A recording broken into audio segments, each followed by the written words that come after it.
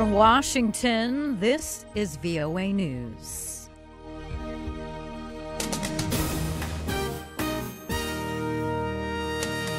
I'm Lori London in Washington. U.S. Defense Secretary Jim Mattis, on a visit to Ukraine Thursday, said Washington would keep up pressure on Russia over what he called its aggressive behavior and signaled his personal support for providing weapons to Kyiv.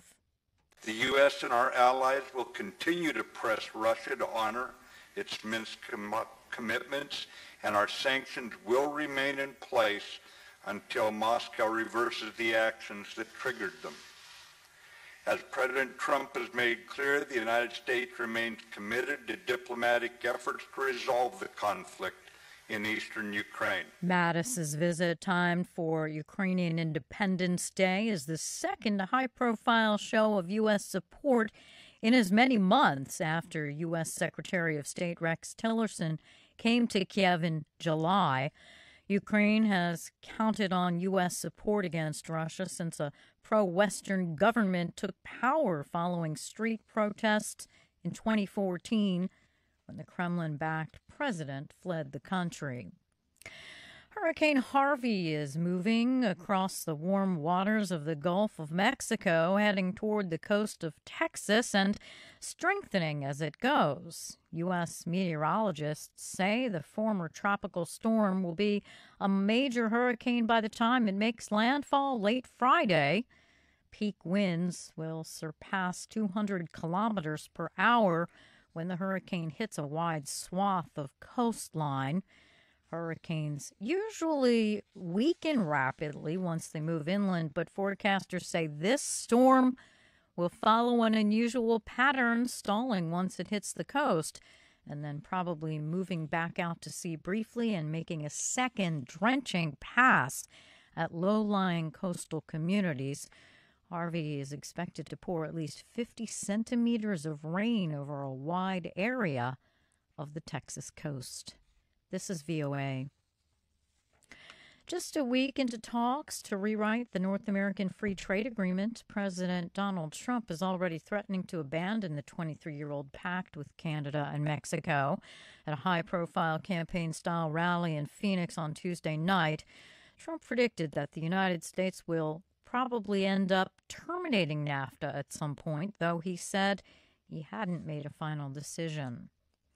The prospect of reaching any diplomatic solution to the North Korean nuclear threat remains unclear, as its leader Kim Jong-un has shown little willingness to compromise with adversaries in Washington or even engage with allies in Beijing.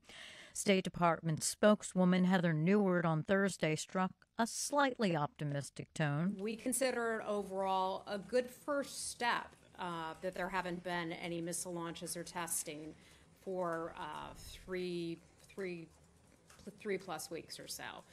But we need to see more. After taking power in late 2011 following the death of his father, Kim Jong II, there were questions as to whether the young Western-educated North Korean leader would liberalize the long-standing repressive rule of his country, or whether he would even be able to consolidate his grip on power. A senior United Nations official warns some 20,000 civilians held hostage by Islamic State in the Syrian city of Raqqa are in great danger, and everything possible must be done to help them escape. Lisa Schlein reports for VOA from Geneva.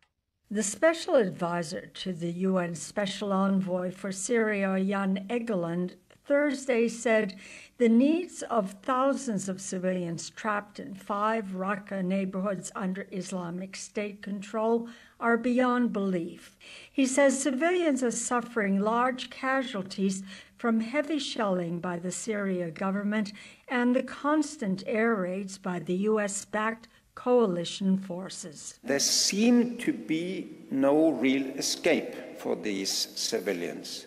I cannot think of a worse place on earth now than in these 5 neighborhoods for these 20,000 people. Egeland says the UN is urging the humanitarian task force, including members of the coalition fighting to retake Raqqa, to do whatever is possible to help people escape the embattled city.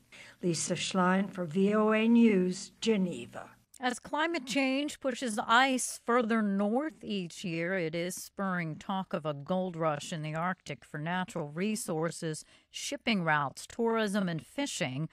The Arctic, including the fabled Northwest Passage between the Atlantic and Pacific, is among Earth's last largely unexplored regions. However, experts say many obstacles remain to reaping riches once blocked by ice. Conservationists oppose large-scale extraction of Arctic resources, fearing the fragile environment will be harmed. I'm Lori London in Washington. That's the latest world news from VOA.